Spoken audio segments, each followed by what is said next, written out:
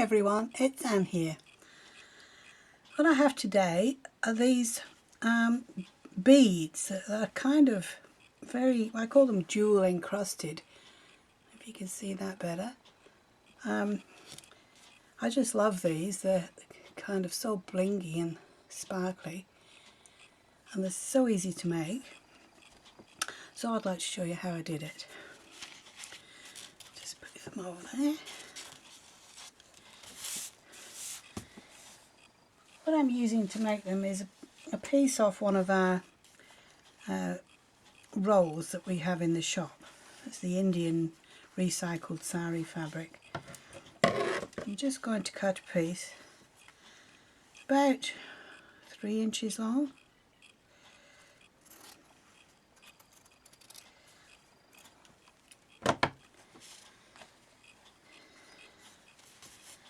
And get a piece of card.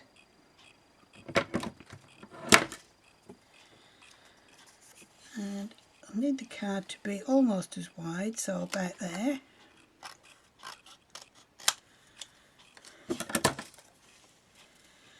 And I'm going to glue that onto the bottom of the fabric.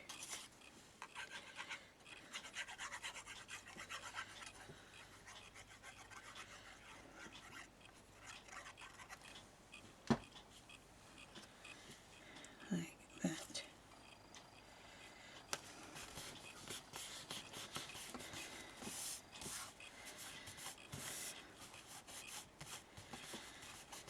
Just give that a second to dry.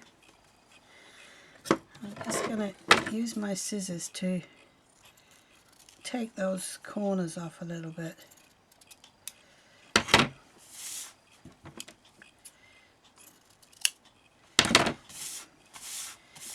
Like that.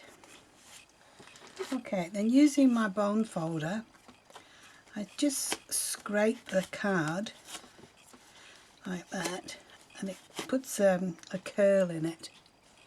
You can see that, which makes it easier to roll up.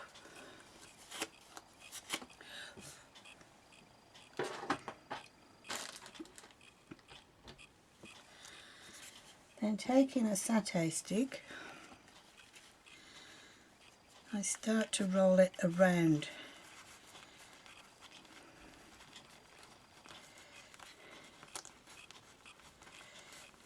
Now your card needs to go around the stick at least twice, so it depends how big you're making your bead, but take into consideration when you put the card on the fabric that it will go around your satay stick or whatever it is you're wrapping it around about twice.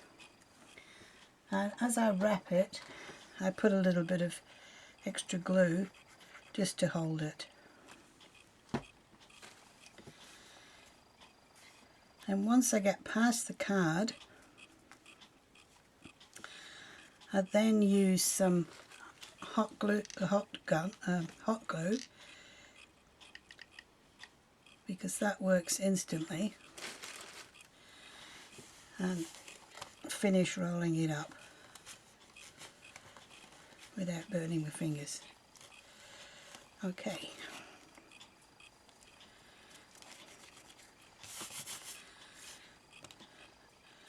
Alright, and then I'll just tidy those ends up. I actually like those hairy bits on the end, so I'm not going to cut them off. Alright, so now we've got a tube or a bead. The next thing I'm going to do is get some wire. I need a fairly long piece, so I'm going to use about 18 inches or thereabouts.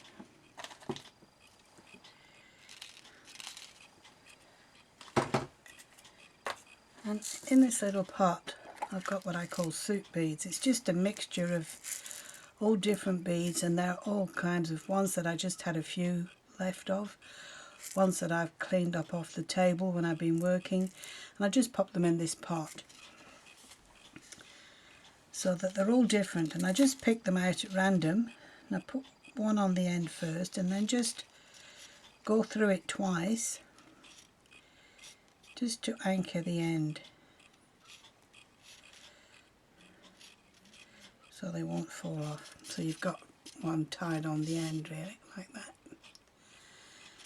Okay, and then just thread on the beads. I usually put a few in the palm of my hand, and I just collect them with the wire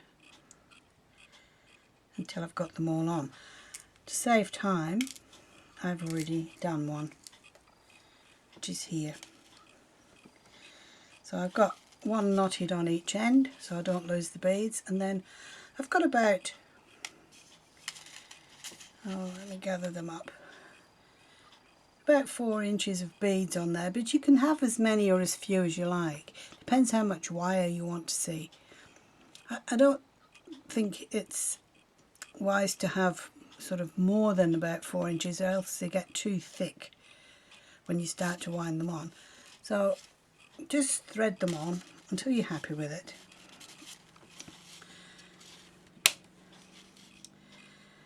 And then just start wrapping it. I usually put the wire around and twist it to anchor it a few times. And then as I wrap it, I bring a few beads down each time so that I'm kind of spreading them out as I go.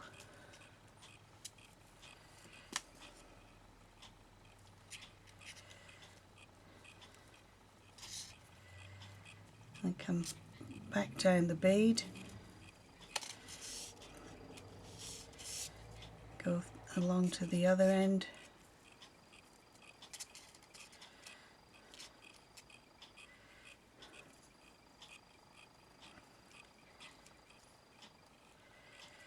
then the wire that I've got left I just wrap around, and then I find a part where I can wrap that end piece around and just twist it to anchor that end so it doesn't come undone.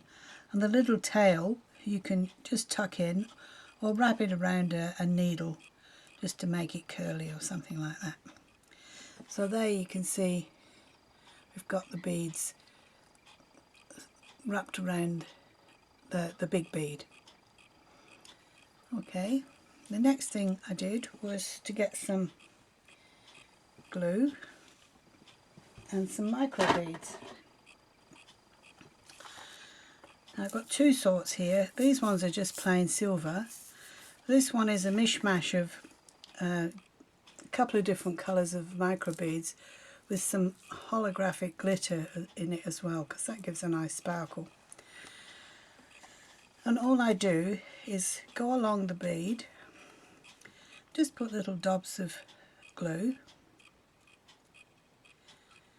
just randomly.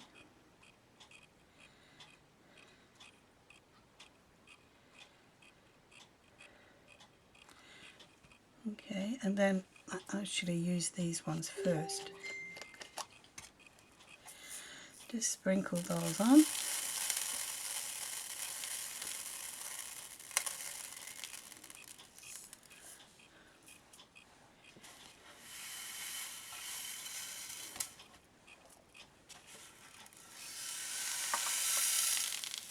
And I lose them everywhere. And then I'm going to do the same thing again, add little dots of glue in between the others, and use this other colour.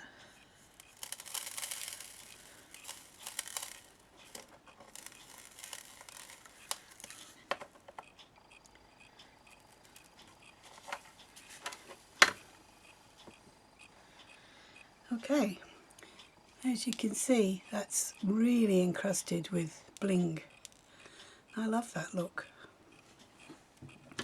I need to put this down to dry, but when that's dry they'll be on there quite secure. You'll have a few that will fall off, but once the loose ones have fallen off, the rest will be firmly glued on there.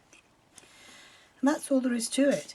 You've still got the opening at either end, so it's a bead. You can thread ribbon or yarn or whatever you want through it. I tend to use these in my hand stitch pieces because they give a nice focal point, but they make a nice dangle as well for your journals. These ones are nice and dry and lots of different colours,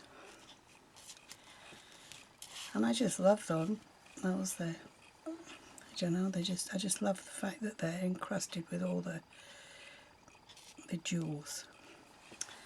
Alright, well, that's all there is to that. I thank you very much for watching. I hope you have fun making some. I'll catch you again soon in the next video. Thank you, have fun, bye.